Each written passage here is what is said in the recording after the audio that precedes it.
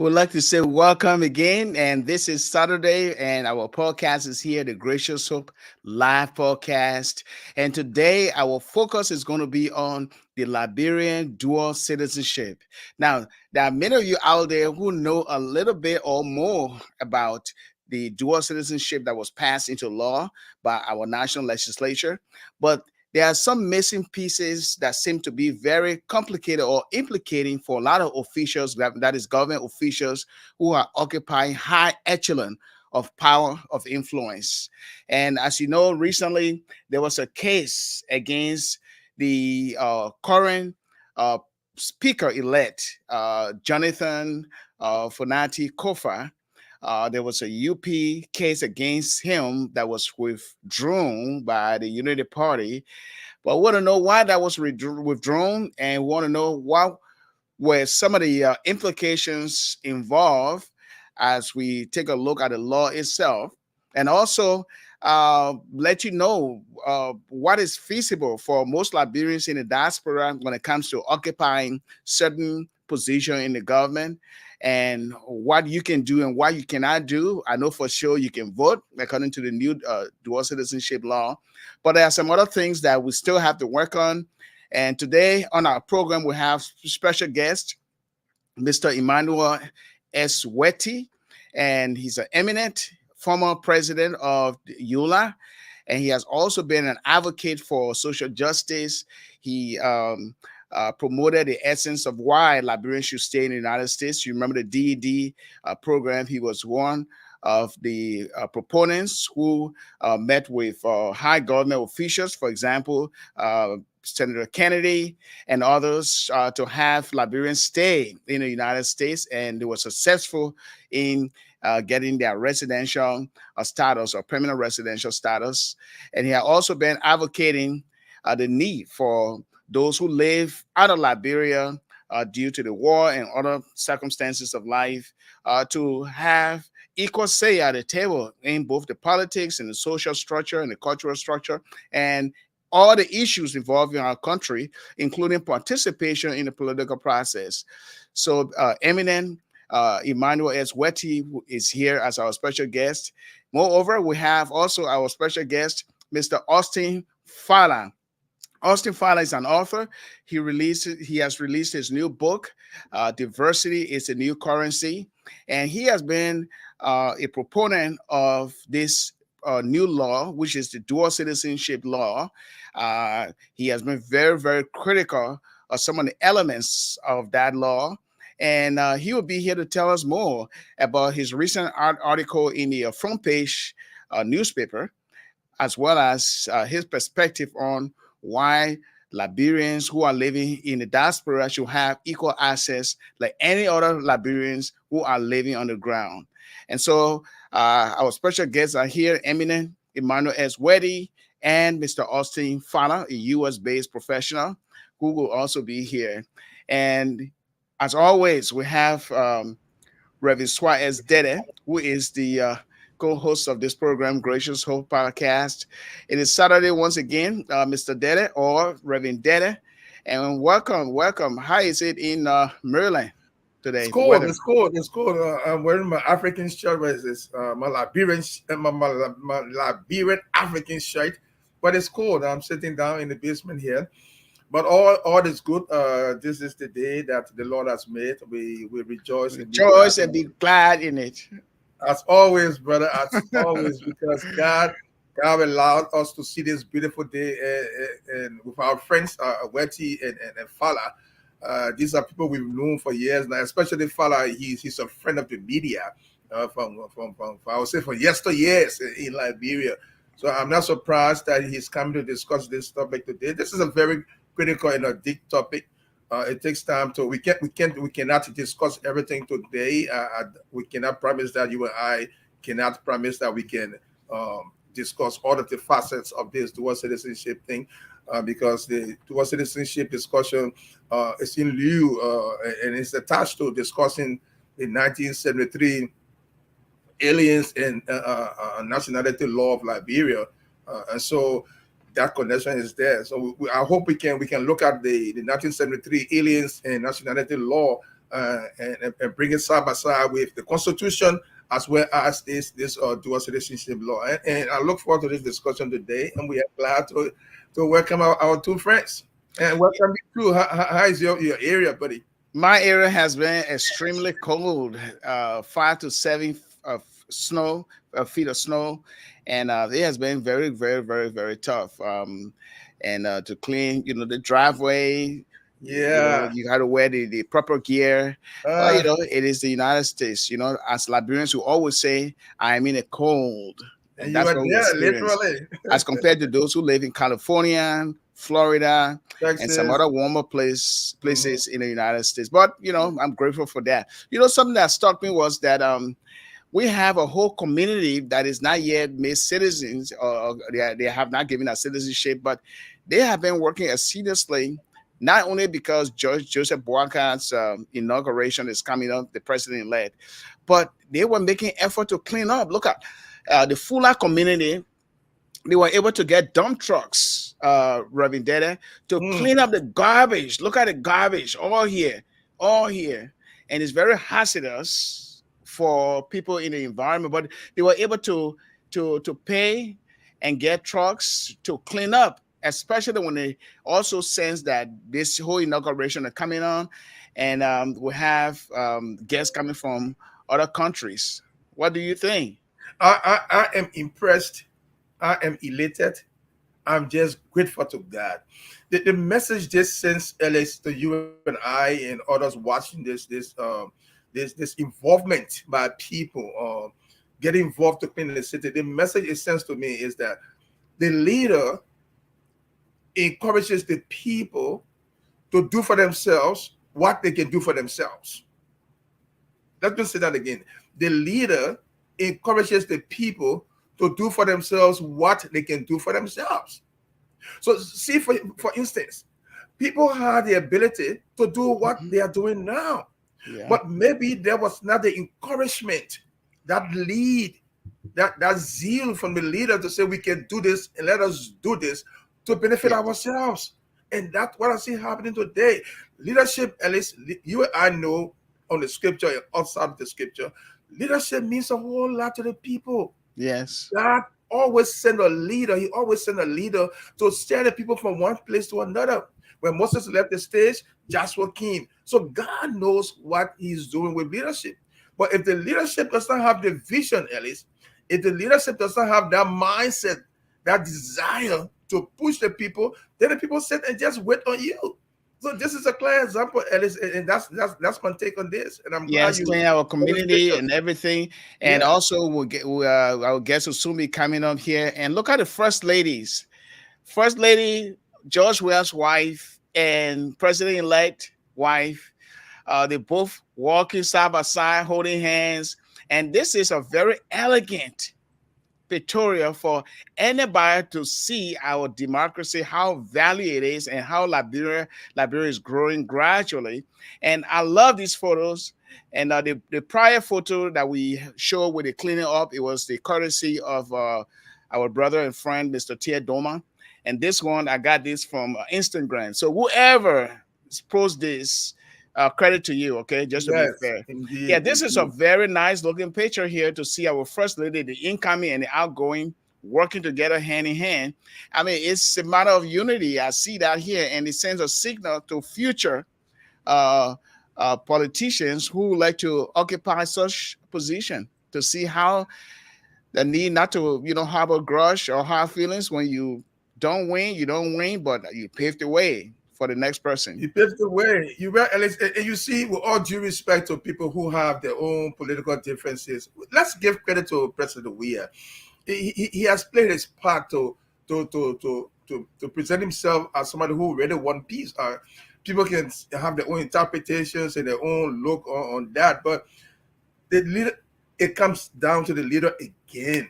There were a lot of people who had their own feelings about the elections, the Mhm. counting, and the results. But he led the way to tell the people, look, this is elections. We went to the elections. Somebody has won. Let's concede and move ahead. That is what leaders do. I'm not saying he's perfect. None of us perfect. Not even President Boakai is going to be perfect because we all have fallen short of the glory of God. But thank God for the grace of God. So all of us have our shortcomings. But let's give President Weah this one. He did it. He has proven it. And I would not be surprised, at least, when President Weah is all over the world, ambassador for democracy, preaching democracy. So I would not be surprised. So I'm glad that it's our president who has done this. His wife, the incoming first lady, all hand in hand. That is a blessing for Liberia. So we pray for continuous peace and blessings upon our country, so that we can once more enjoy the nation that we know. And we know the culture we grew up in. Mm-hmm. We can talk about that all the time, but not today. But bless God for this time, and let's pray that it continues, Alex. Once a Liberian, always a Liberian. And we are so excited or delighted here to bring on our special guest, eminent Emmanuel S. Wettee, chairman of ICARD, and of course, the dual citizenship has been advocated for all along through the years, and he's still advocating. And he's a patriotic citizen of our country and former president of ULA. And also we have our US-based professional, Mr. Austin Fallah, an author of Diversity is a New Currency. And he joins us here as well. We'd like to say welcome to the Gracious Hope Podcast. Welcome. I welcome everybody too from the Dual Citizenship land and everybody that's watching. I want to say thank you too. It's always an honor to be in your presence, Pastor, and my dear brother friend Alex. And Austin, it's also good to always be in your cycle. Today, with the grace of God, we will do the best we can to explain the law, the impact, our next direction. And before we proceed, I want to join Pastor Deddeh to say thanks to President Weah and all of the members of the 54 legislature, all of our supporters, including Councillor Ajibo Bonar, and all of our partners in Europe and everywhere, and in America, and everyone who has supported us through this whole effort. Now we're starting the train with the next step, and that's what we're talking about today. But thank you all, and I appreciate the time and opportunity. Emmanuel is my name. I'm the chairman of ICAR. ICAR is the All Liberian Conference on Dual Citizenship. It comprises of ULA, AFLA, Liberians in Canada, Liberians in Ghana, Liberians in Australia, Colosua, Liberian Advocacy for Change, and Liberians in Ghana. These both comprises the All Liberian Conference on Dual Citizenship, which we call in short ICAR. Thank you. Mr. Fallah, welcome to Gracious Hope Live Podcast. Dr. Redd, and thank you, Dr. Redd, and thank you, Pastor Deddeh as well. Okay. I'm happy to be here. Mm-hmm. Good. Well, our listening audience. Oh, okay. Go ahead. You were saying something, Mr. Fallah? Yes, sir. I'm happy to be here in the midst of eminent Wettee.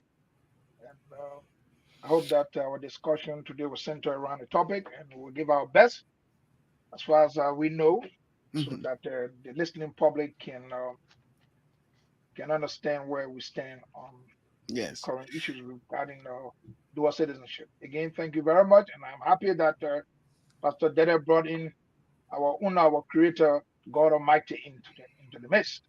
So I'm very happy that we have God in our midst as we discuss these things, so that His knowledge and wisdom will flow through us as we inform our people. Thank you very much for the opportunity. All right. Welcome. Okay. Once a Liberian, always a Liberian. Is that really true? Because a lot of Liberians in the diaspora, they are very apprehensive about this new legislation. Of course, it was passed by President Weah, the outgoing president. And they still see that there's a way where Liberians are not totally free to exercise their God-given birthright and be active political participants. And this came to the surface again, or resurfaced, when Unity Party sued the current speaker-elect, Kofa, Speaker Kofa. He's a deputy speaker now. He'll be sworn in pretty I think this weekend or next weekend. Now, They challenged him that he has dual citizenship, and now they withdrew the case. And so Liberians are now like, scratching their heads, say, but how come? So for the audience here, let us get into this and weave out what is missing here. Okay, we understand there are certain positions that you cannot occupy when you have dual citizenship. And of course, we look at the speakership position, we look at other positions in government, and you guys will talk about that. So, what is missing here? Well, let me just say something. From the genesis of the advocacy that we all started, most of our friends said we should have a dual citizen law or any restriction. As far back at 2005, it was the standard thing. They said we shouldn't have no restrictions. 2012, they echoed it. But in 2012, when we formulated the group, the ACO group, and began to actually advocate for dual citizenship, we went to Liberia. 2013, it was not easy. The resentment was too hard from our classmates, schoolmates, from our family, from our friends, and from everybody. And we started talking. Even lawmakers, we started talking. Then we realized that, look, we cannot have a dual citizenship with all free. I mean, with all no restriction.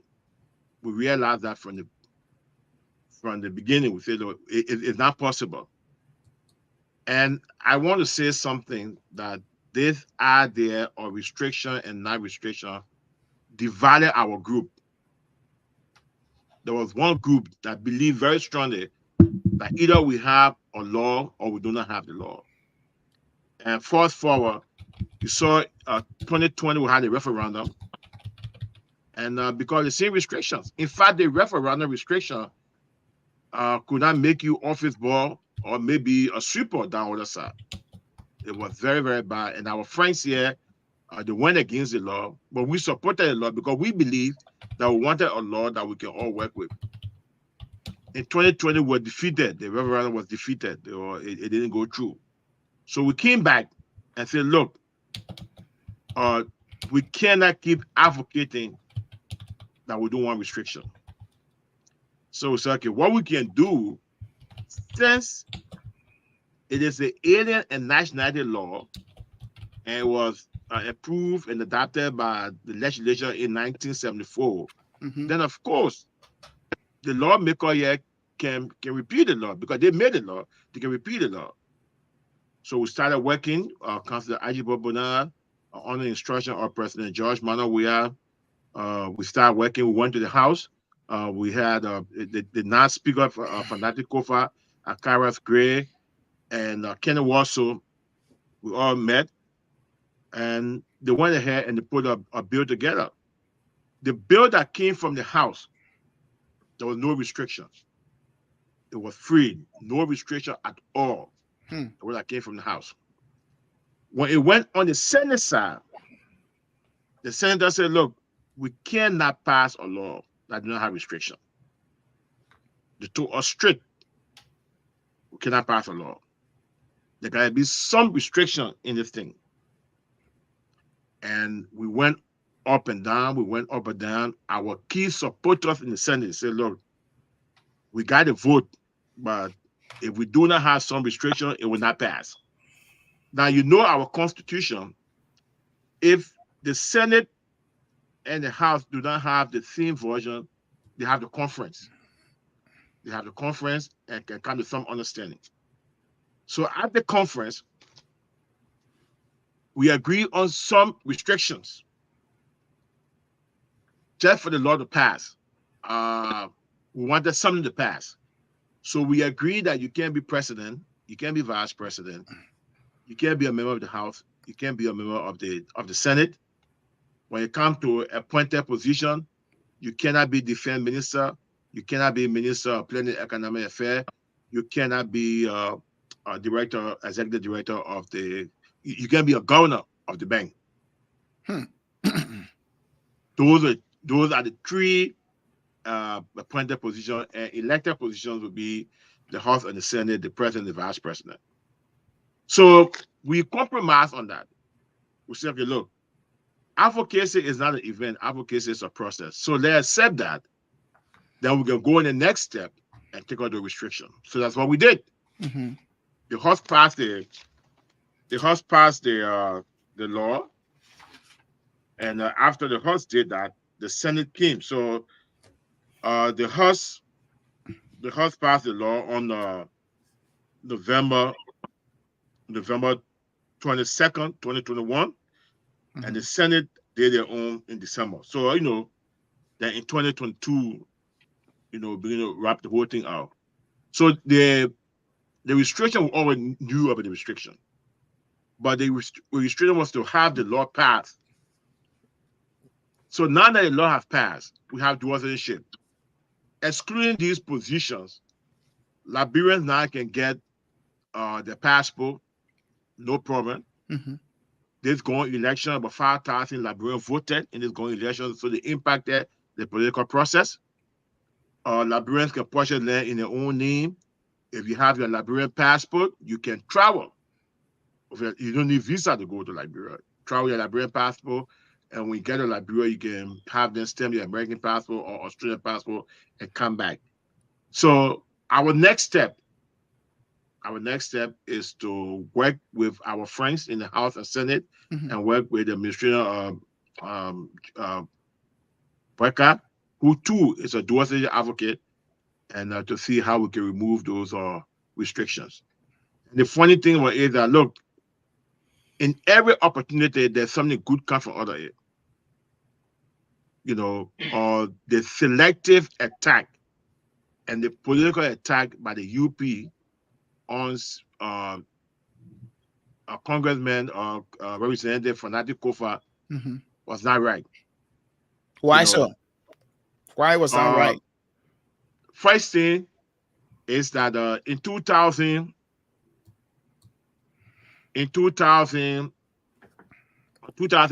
December 23rd, the Supreme Court made a decision in the Jallo case. Jallo, 2017, March, Jallo had filed a case in the Supreme Court after he wanted to apply for a passport, and they denied him. And our Constitution says that you cannot deny anybody entitled to due process. So Jallo went to the Supreme Court, and the Supreme Court sided with Jallo December 23rd, 2019. Supreme Court said that, look, everybody is entitled to due process. One is a Liberian until a court of competent jurisdiction can say you are not a Liberian. So the other thing is this: it's only the government can question the citizenship, the government of Liberia. It's not any party, any group of people. So if UP can do it, that means LP can do it. Anybody can do it. So it's only the government. So even by way of standing, UP doesn't have a standing in the case. But in Liberia, anything is possible. The case was not going to go anywhere. The case was just a joke. It was just a smoke, and it was politically motivated, and that's why the found reason to withdraw the case. And besides that, you want to open a whole can of worms, a can of passport. Do you know how many you people have supported the party to win? So if you start with Fanatic Kofa, confirmation hearing is coming. Be ready. They're going to ask for everybody's passport. So to cut short, we are very thankful to the leadership of UP, and those are our friends in UP and everybody around that put pressure to make it find reason. And we are thankful that once a Liberian, always a Liberian. Our next step is to work with President Wettee and administration to have the restriction removed. Mm-hmm. Okay. Reverend Deddeh, we have our other guest here, Austin Fallah. Yeah, let Fallah go ahead, because we really want to hear from our two So, guests. Mr. Fallah, what do you see and let us make our answers, shorter, so because we have, enough time, we have other issues too regarding the citizenship. Mr. Fallah, where do you see the current law fall short, and where do you see the, according to Mr. Wettee in one of his posting, duplicity? Where do you see that duplicity or hypocrisy? Let me put it that way. on the side of the lawmakers themselves, and all those that are already in position of influence? If you've been following me, a few days ago, I released two articles. One, I talk about financial and moral corruption. And the second one, I talk about the dual citizenship law is ineffectiveness on the Liberian and how the hypocrisy, like correctly stated. I'm happy that because I came here, thank God that my valve has been reduced by Emmanuel and Wettee, that they are working on seeing to it that that version of the law that talks about those of us or those who have citizenship. I'm a U.S. citizen. I won't lie. I won't deny that. I'm a U.S. citizen because you cannot be a sheriff if you're not a U.S. citizen. That can never happen to a Liberian. So I'm a U.S. citizen. I openly say this. So Wettee, let me just say thank you to you. You brought me down a little bit because I came fully prepared to engage. Thank you, Austin. I'm happy that you say you're working on. Oh yeah, I'm very happy that you guys are working on it to make sure that those portions that tend to, let me say, separate us from our brothers' home have been taken away. But let me go back to the dual citizenship. In 1980, remember there was a coup and People's Redemption Council. The Constitution was abolished. Everything that associated with that Constitution was abolished. So you notice one of Jallo's argument was that. Then a new constitution came in, which of course in that constitution, once a Liberian, always a Liberian. I was born a Liberian, I would die a Liberian. That's taking other citizenship, other places. Some people don't like to talk it, but I will talk it. I know that one day I will face in the Senate, that question will come so that this can be used. As I said it, that I'm a U.S. citizen. I am because of positions I've heard and positions I'm holding right now. I cannot be a non-U.S. citizen to hold that position, to work with some institution here that I'm working with, the U.S. institution. So I have to be a citizen to work with the institution. So I'm happy that I won't say anything more, but he just hit the nail. That's what I was saying in my two releases. Thank you, Emmanuel, Wettee, for saying that you guys are working on that to remove that. So I won't be going forward in discussing that anymore. You're working on that so that we can have the right to return home and contribute to all of what we have learned here. Liberia will benefit. We'll give it back. Dr. Redd is there. Our own pastor, Deddeh, is sitting there, and you are there. There are a lot of brains in this country that Liberia need, and we have to take those brains back home so that we can impart our social and economic well-being of our nation. Thank you very much. That's wonderful. Thank you, Fallah, and the eminent himself, Wettee. I'm asking myself this question: was that dual citizenship law necessary? Did we really need it in the face of our constitutional provision that we already have? When I look at chapter 4 of citizenship under the Constitution of Liberia, I've been reading 27 over and again. Eminent Wettee, I know you read it before, and maybe Fallah has read it. For the sake of our listeners and our viewers, I'm going to read Article 27 of Chapter 4 of Citizenship of the 1986 Constitution. It says in Section 1, let's say Section 8, the Article 27A, all persons who, on the coming into force of this Constitution, were dual citizens of Liberia, shall continue to be Liberians. Everyone who was citizen at the time of the 1986 Constitution coming into force will remain citizens of Liberia.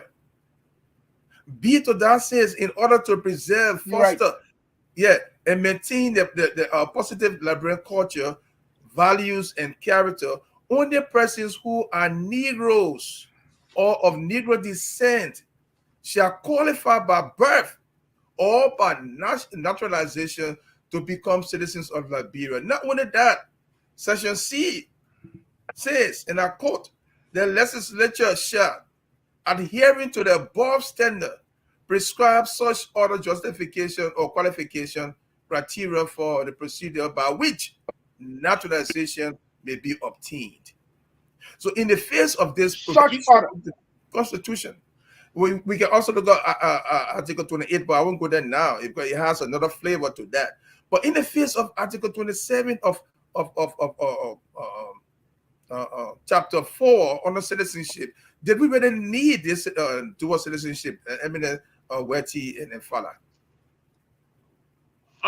No. Reverend? I would say no. All right. You said the law I would say no. Right? Yeah. Okay, Fallah says no. We got it. That was an emphatic no. So, Emmanuel, Wettee, in the face of this constitutional provision, let me elongate on what when I say no. Okay. Remember, the Constitution says shall prescribe order. It didn't say shall abolish, shall prescribe order. Not behind, forward. Forward. Yeah. There was no need. Prescribe law for nationality, for order. I'm already a citizen. You're not prescribing law for me. For others who will want to become Liberian nationals. That's why I plainly say I'm a student of law. That's why I plainly say it's clear. So whomever did what they did, they know why. Like I said, we are grateful to Wettee and his people for fighting to make sure that we go back. But one thing I can tell you, I entered that Suah, I'm a Liberian. No one can take that from me. If a Jewish citizen comes to America, he becomes American. Once he hits the soil of Israel, he is a Jewish citizen. He leaves from here, a Mexican citizen, enter Mexico. Whether they're American citizen, they are Mexican. You think why Ted Cruz was running away with his family to Mexico when the COVID was getting heavy? Why do you think he was taking them? Because he knows the law. That's why I said. So let's keep that behind our mind. It was not necessary, but we agree that now they have done it. Now it's in their court, like what you said. Now they will see what they can do. You see, time trap not for Redd alone. See what the trap has done? Started grabbing its own babies. That's why the UP had to run to, like he correctly stated. If you force that in there, some of us who names are coming on will appear before they say, but Fallah, your own people, yeah. So there you think. Bring your thing, let's see. What will I say? Nothing. Because I'll be guilty of that. So that's what I said. Moral corruption is more dangerous than financial corruption. More dangerous. Because before the person get engaged into financial corruption, it has to be playing a man. That means the person is morally corrupt before they become a financial corrupt person. So that dual role they've played, thinking they were so smart, now they're hanking themselves. So we just want to put that behind us so that we can move forward as Liberians, so that we can go back home and impact our country. We've been here too long. We want to go back home and impact our country in whatever role necessary. I'm a Liberian, I will always be a Liberian. I will die a Liberian. Maybe if I come back in another country, that's it. My mother is a Liberian, she dies a Liberian, my father dies a Liberian, buried right there in Bangma, in Firestone. So I'm a Liberian. And who knows, one day I may be taken back there too. And Deddeh, who knows? I don't know. Only God knows. So the main, thank you very much. The main issue is that why the restrictions pretty much kind of defeat the purpose of the prior law. Let me know. Go ahead, Emmanuel. Wettee. My brother Fallah said no, and I respectfully submit to you that I disagree. And let me go ahead and explain. In 2014, you can Google that. In 2014, President Eddie Johnson Sirleaf nominated Dr. Elizabeth Davis Ross. From You can TC. Google that. She was the president of the Tubman University. President Sirleaf appointed her to be Minister of Education. She went for confirmation hearing. As part of the question of confirmation, they asked her whether she had an American passport. She said, yes, I have an American passport. The confirmation hearing was stopped right there. They said we cannot proceed because according to the Alien and Nationality Law in 1974, Alien and Nationality Law, you are not a Liberian. They asked her that whether she could go to the president, and the president of Liberia has the right to make you citizen. She said, I'm not going to go to the president to make me citizen. I am a Liberian, and that's it. And I have an American passport. If you do not want to proceed, you don't want to confirm it, I'm okay with that. So she was rejected. In 2014, you can Google that. Dr. Elizabeth Ross Davis, who was president of Tubman University, she was rejected by the Liberian Senate. So that was even prior to our advocacy. Our advocacy started in 2005. Everything was quiet in 74, 73 years onward. The law was put in place in 1974, but nobody said nothing. It was very quiet. It was kind of. What was it, 74 or 73? The law was changed in 1973 and approved in 1974. Okay. Yeah. Look for the Alien National. Yeah, it was changed in 1973 and approved in 1974. It was finally approved in 74. Yeah, I just need that clarity for the audience too, because The law was 1973, the Aliens and Nationality Law. Yeah, but then it was approved in 1974. Yeah, the Alien National Justice. Yeah. So the law has been very silent. Nobody said anything, But when the Chancellor became president, our people began to use the law. That's how the whole thing started. So, according to the Alien Nationality Law, you are not a Liberian. And they begin to apply the law. And there were a lot of people, if I remember, someone was made Minister of Foreign Affairs. I think Captain Money Captain, somebody, I don't know the name. And then Money Captain? Yeah, I think he or someone, I'm not sure. And they said that he was not a Liberian. He had to go to Bassa and sign a court to bring a document to show that he's a Liberian. But the one that I can speak on directly that I witnessed is Dr. Elizabeth Davis from Tubman University. So the law is actually there. It is the question, when do they use the law? They use the law selectively. They use the law to target certain people to use the law as a political weapon. And we said, look, we can't keep doing this thing. You can't keep doing this thing. That when someone comes up with the skills to help the country, you bring the law up. When that person is just eating with you, the law does not exist. And that's what we saw. That's it. The other thing that we are missing, in Liberia, a woman does not have the right to pass on citizenship to a child or her children. It's not our law. This new law signed by President Weah, any child that is born by a Liberian mother is a Liberian citizen at birth. Immediately. Now, if you want to challenge it, you can also Google stateless children in Liberia.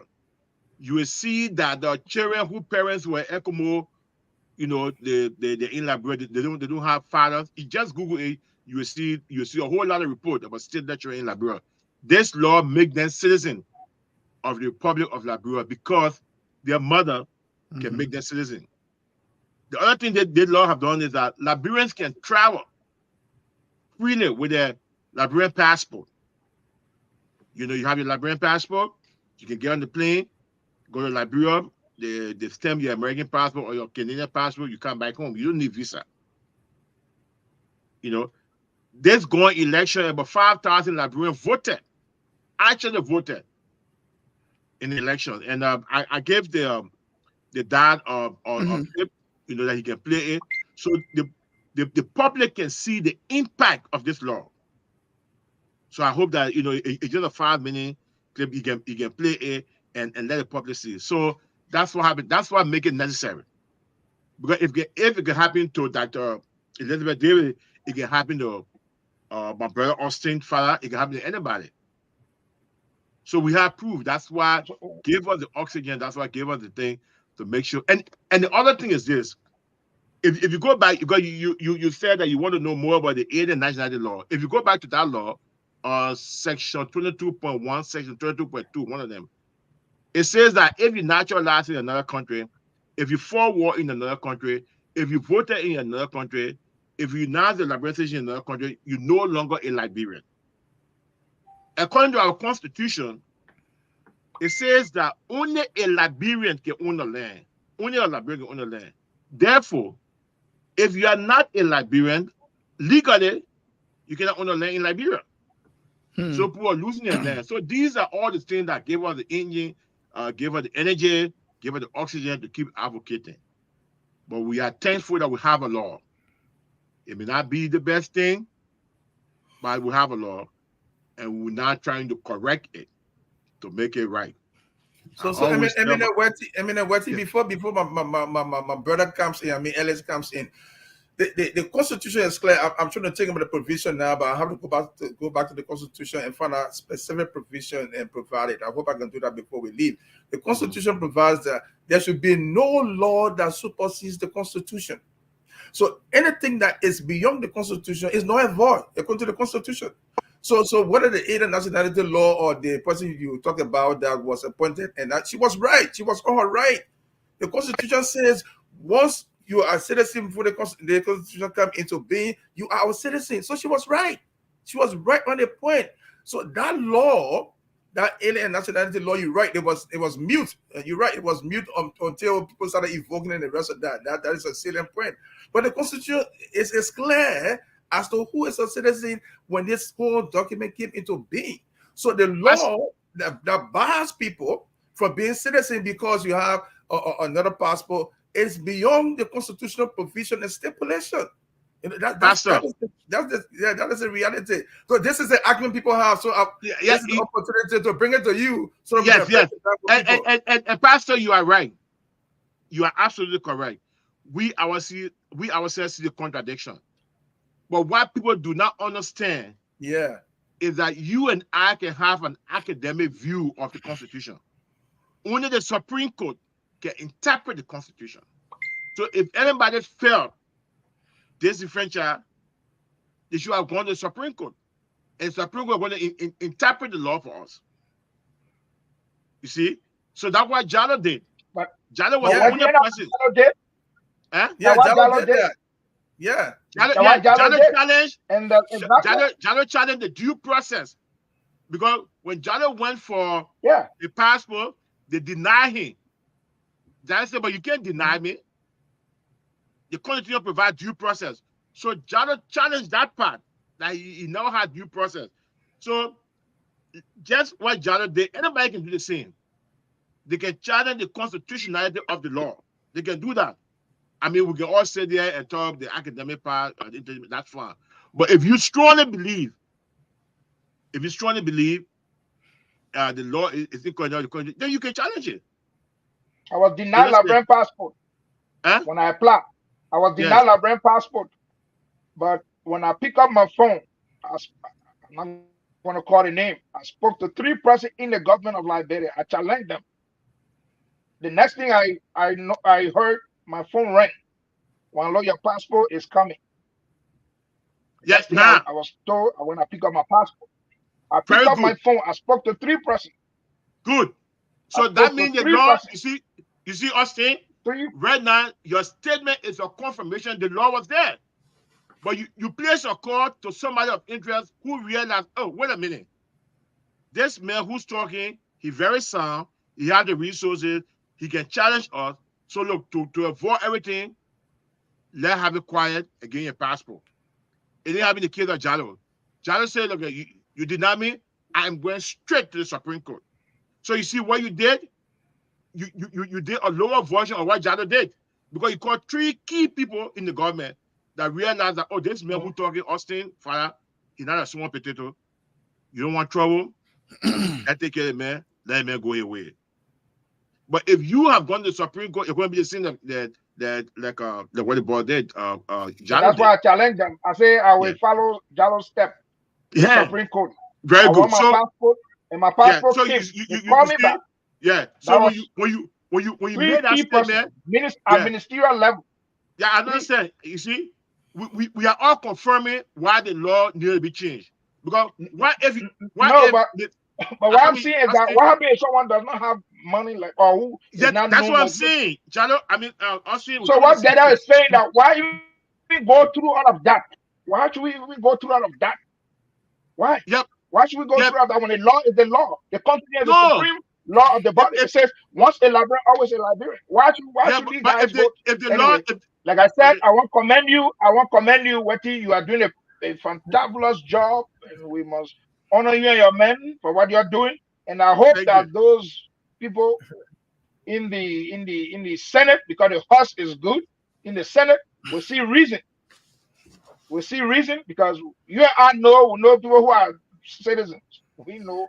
Austin, Emmanuel Wettee is not an issue here. He's trying to help Liberians in. No, it's not an issue. I just say I commend he and his men. He's not an issue. That's why I said I came fully prepared, but he just. Okay. Now, for me, the issue that I have is the restriction. The restrictions here, particularly the positions that you cannot occupy. Now, there are a lot of people who are saying that the current speaker should not occupy that position because they're suspecting that he has a dual citizenship. And so that's why I motivated UP, the party, to sue for him not to assume that position. But we will get to that.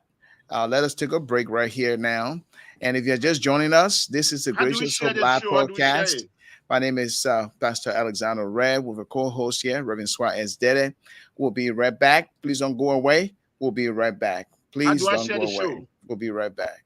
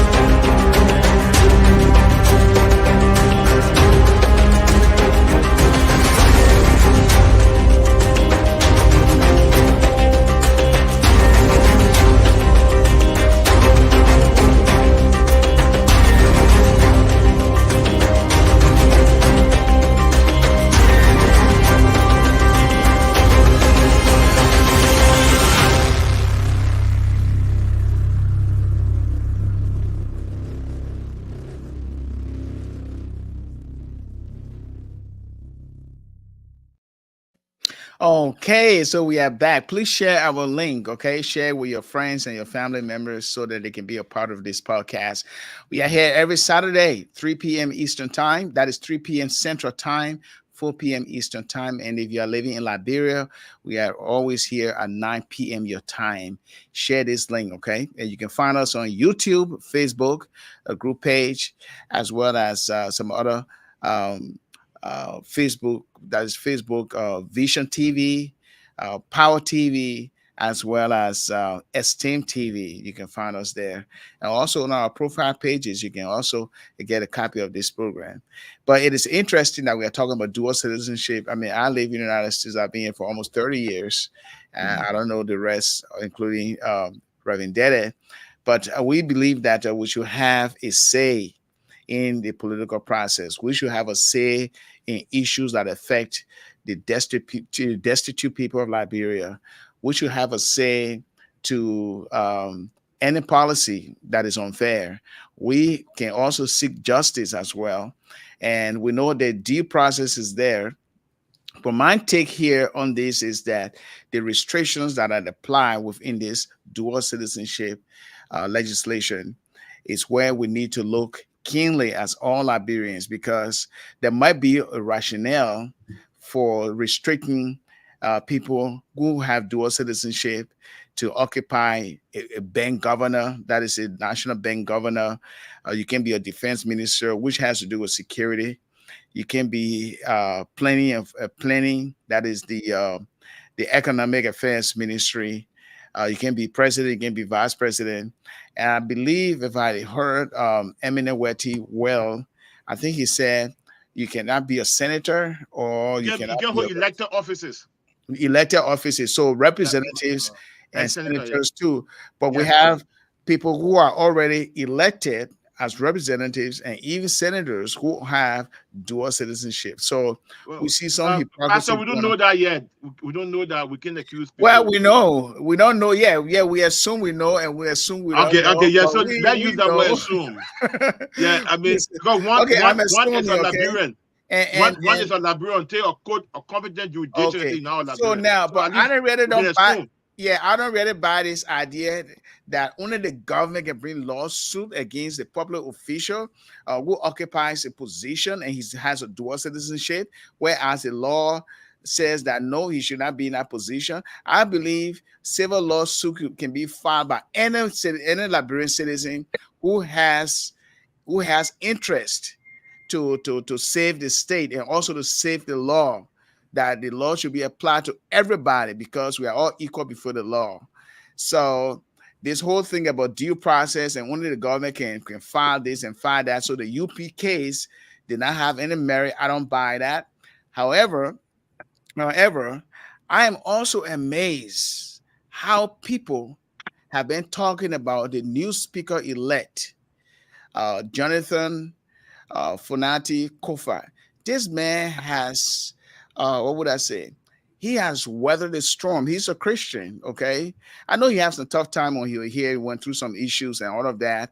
And for me, I strongly believe in God's grace, okay? I believe in redemption, and I believe that because of his leadership all along, there are many friends and colleagues in both the Senate and the House acclimate to him, okay? And to see his leadership, he was elected deputy speaker. He was elected by his constituents, and now he was a deputy speaker. Now he's a speaker. He went through a lot. Can you imagine all the expulsions, the newspaper headlines on this man, spotlight on him? But I'm just amazed by his spirit. He just weathered all through, remained silent, and kept his focus. I mean, there's something about Speaker Kofa that I am very, very, very fascinated to know. And also, we see Senator Kanga Lawrence, who also became the first female to be a pro temper. She said in her speech after she was sworn in, she said, "I wish my late husband was here to see this." And it was sad, but it was a bittersweet for her, and her perseverance and her endurance all through the political season. People have a lot of things to say about her, but you know, she's on the winning side. And I just look at the tenacity of these two people, how strong they are in their faith, and they just weather the criticisms. What do you guys think? Look, Alex. Yes. Alex, we all Liberians. There is something that can really bother me, is that we speak, I say we, including myself. I want to say that. I want to, we speak with authority. We speak with knowledge. We speak that we have control over the issue, yet we don't have the facts. Mm-hmm. It's very sad. Look, sometimes when people talking on Facebook, when people making an issue, you wonder what the facts coming from.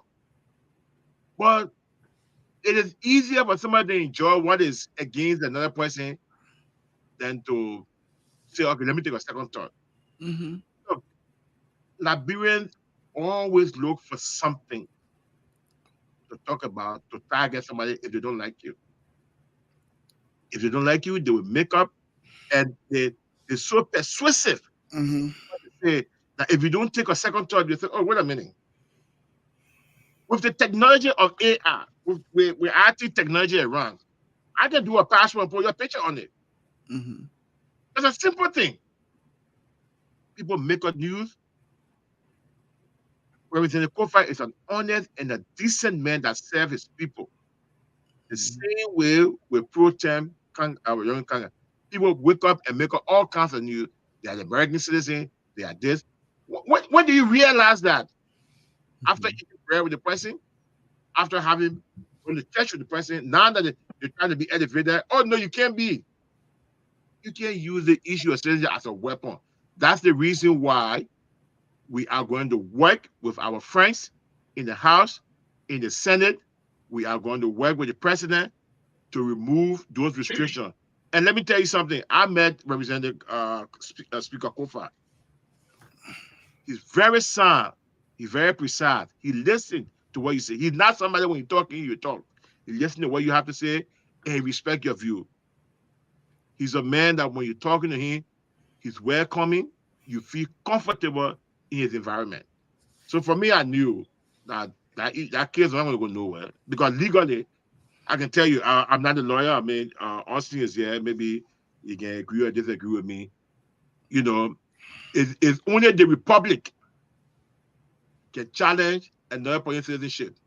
If we have every Tane, every Tape, every Kofa, every Musu, every Jackson, every Catherine, every Jackson, challenging each other's citizenship, how we live. So to the best of my legal knowledge, and I said to be corrected, is the Republic that can challenge anyone's citizenship. And UP never had no standing in the case. I stand corrected. Yes. So go ahead. Yeah. Let me So Wettee, I want you to do me a favor. Okay. I'm going to read this provision in the Constitution. It applies to something else you mentioned, and I think it came into the discussion briefly. It's Article 95, and it says, the Constitution of the Republic of Liberia, which came into force on the 26th day of July, 1847, and which was suspended on the 12th day of April, 1980, is hereby abrogated, period. And I said, notwithstanding this abrogation, however, any enactment or rule of law in existence immediately before the coming into force of this Constitution, whether derived from the abrogated Constitution or from any other source, shall, insofar as it is not inconsistent with any provision of this Constitution, continue in force as if enacted, issued, or made under the authority of this Constitution. If you understood what I read clearly, how do you see this particular provision? Look, Reverend, like I said to you, we do understand that. No, this is different from the other one. Just something else I want to just introduce based on the comment you made about the 1847 Constitution being totally put aside when the 1986 came into place. So I just want to make sure we clarify this before we leave. No. I said my comment was only on the alien nationality law. I relate to the Constitution, okay. And I also believe in my little mind of legal understanding is that the alien nationality law is in contradiction with the Constitution. I do believe that, but until we can have the challenge and the resources to go to the Supreme Court, you know. We can find another way out. And let me, before my brother Austin come in, when we met in 2012 in Washington, D.C., we developed 4 paths to resolve the issue of dual citizenship. 1, was to ask the president to issue an executive order not to implement the alien nationality law because only the president can execute the law. We met President Salif and she said no, she couldn't do it because when she leave office, the next person could stop it. She didn't want that to happen. I said, okay. The next thing we had was to go to the lawmaker to repeal the alien and nationality law, which we were on. The other thing that we were going to do was to challenge the constitutionality of the law, which Jallo did, but Jallo only got the portion of due process. The final straw to this whole thing is through a national referendum to redefine our citizenship law. But you know, let me say, advocacy is not an event, it's a process. We got to do it small, because the people themselves have their own resentment against us, and they are the one in power. So we have to gradually work our way. Right now, I can tell you, when we started in 2012, we went like 2013, the welcoming news that we got then is not as today. Today, Liberians have accepted the idea that once a Liberian, always a Liberian, even though they got question on the loyalty, but the resentment is not that high. So we think with the current leadership, we can gradually get all of the restrictions out, and maybe the next leader in the advocacy will do a referendum, and we can have it as a permanent law. That's it. That's the hope. That's the plan. That's great. That's great. Yeah. That's great. That's great. You know, you the pastor, Moses took the children of Israel from Egypt. He crossed in the Red Sea, but he didn't enter the promised land. Joshua did. So we have dual citizenship. We'll try to work the restriction out. Another person can come after us and carry on the referendum. Advocacy is a process, not an event. We'll do the best we can. That's true. I mean, that's true. Somebody just sent me a text because we keep making reference to this Jallo case, and the person sent me a text asking what was the Supreme Court's decision. So in a decision in a 2019 decision, the Liberian Supreme Court found. Yeah, go ahead. I mean, I want to read December 23rd. December 23rd, 2019. Yeah. The Supreme Court made a decision, and I let you know in my little time, summarize it. Yeah. That Jallo is entitled to due process. You know, you cannot deny him. And anybody, you cannot say somebody is not a Liberian. Only a court of competent jurisdiction can say you are a Liberian. So the Supreme Court ruled that everybody is entitled to due process. So even if you go to Liberia right now and you show your American passport, you show your Australian passport, you still a Liberian. Only a court can say you are now a Liberian, not just anybody.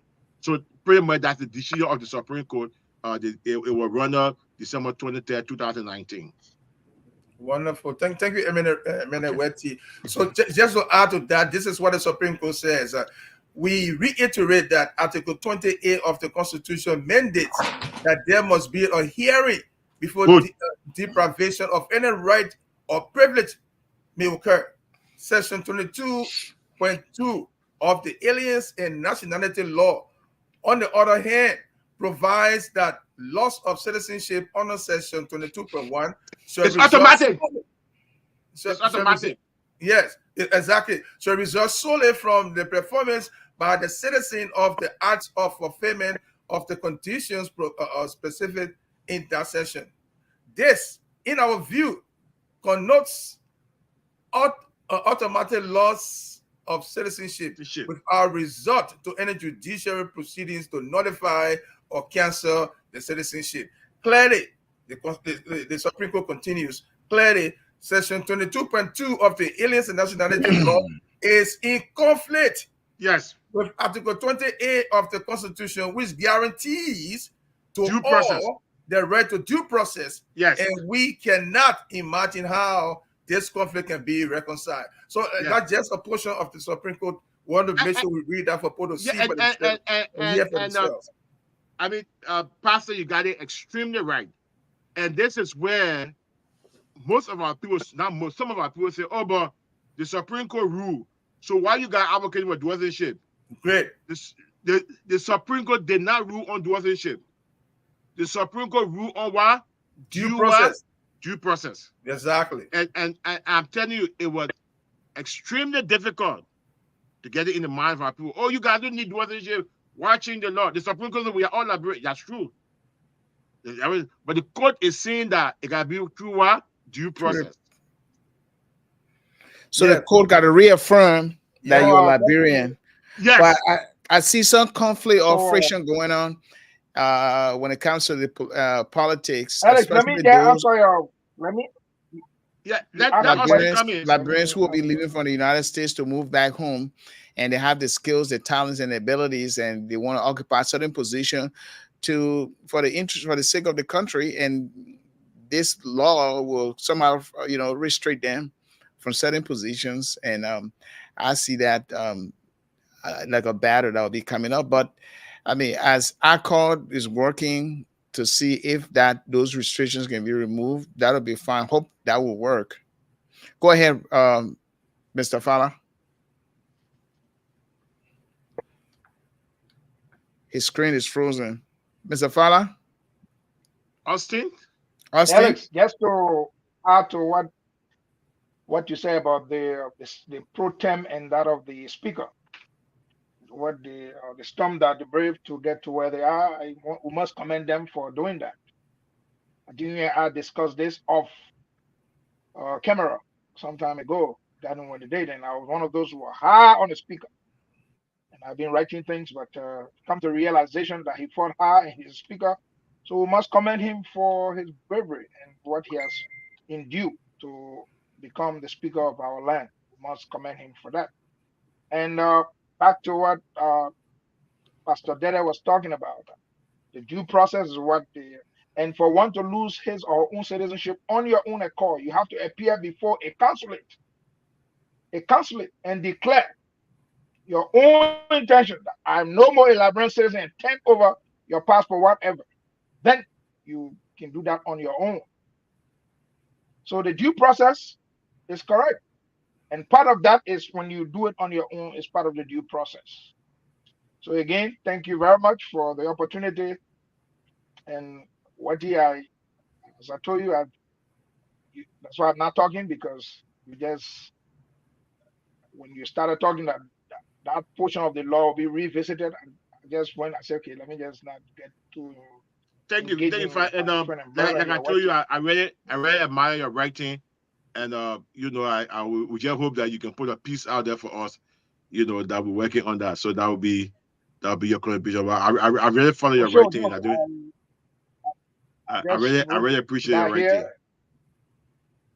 You'll see that in maybe before the end of the day or tomorrow. Okay, thank you, boss. And your group for something. I will call you and you will give me the information. Okay, thank you. Okay, we appreciate you. Okay, this is how we conclude our podcast for this Saturday. We finished already. We just started. The party is over. Well, the podcast is always here, and you can watch previous episodes if you go to our website, gracioushopefellowship.com. Just click the podcast button on the website, and you can watch all the previous programs that we've had here. And we look forward to have more discussion on this. And one thing we might be able to invite you guys one more time would be, hey, the CDC is up for another political battle in 29. Mm-hmm. And can the speaker be a candidate, because Joshua is out? So can he be? I mean, I know it is a political fight that will be going on, but you know that. But all those who out there writing and saying that Speaker Funati Kofa is not qualified to be a speaker, and they have a lot of stuff to say. There's no law, Liberian law, that bars him from where he's at right now, and there's no Liberian law that bars him from even running to be president in the future. So let us be aware of that. And if people believe in his leadership, majority of his colleagues believe in his leadership, who knows? He could, muster the courage to lead this country one day in the future. I know some of you will be like, but that's what I see, because there's no law. We have to go by the facts of the law, the facts of the law. We can write anything we want to write about anybody, but at the end of the day, let us also remember that we are all children of God, and God has given us grace. Through his grace, we are saved. Let us give someone else a second chance. Give them, show that grace and that love and that compassion as See, well. legal opinions are based on two things: facts and law. Yeah, but grace is also there. Even the law, even though the letter of the law, we can judge Well, people, grace but at the cover same everything. time, Grace cover Christ everything. says, "Judge not, or ye will be judged." We got to look at our own conscience too, though, before we judge others. But We'll anyway, go into. We're not going to that's discuss the how we Bible live here because now. those things are more. we But we we have behind that thing, so not we to be that. I mean, we're advance not into criticize nobody. politics, but So let's leave that one. Let's leave that one. We'll not judge anybody. We'll not judge anybody. So if Mr. Austin Fallah becomes the final minister doing his grilling at the Yep. Senate, we're asking the question: you're a U.S. citizen, and you were a former sheriff in the United States, so you're disqualified. Why would you want to be? Why would you want to take up this position that you know very well that it is against our law? I mean, prepare for that answer, because you I can't see, hear you. and I hope ACOT is going to do that best, but these restrictions, I He believe, can't is hear to be you. removing we can hear everywhere. you. He can hear you. He can't hear you. Alex? Y'all can hear me? No, we can hear you, but Austin said he wasn't hearing you. Oh, can you hear me now? You can hear me. Okay, that is This your something is wrong, connection, yeah. though.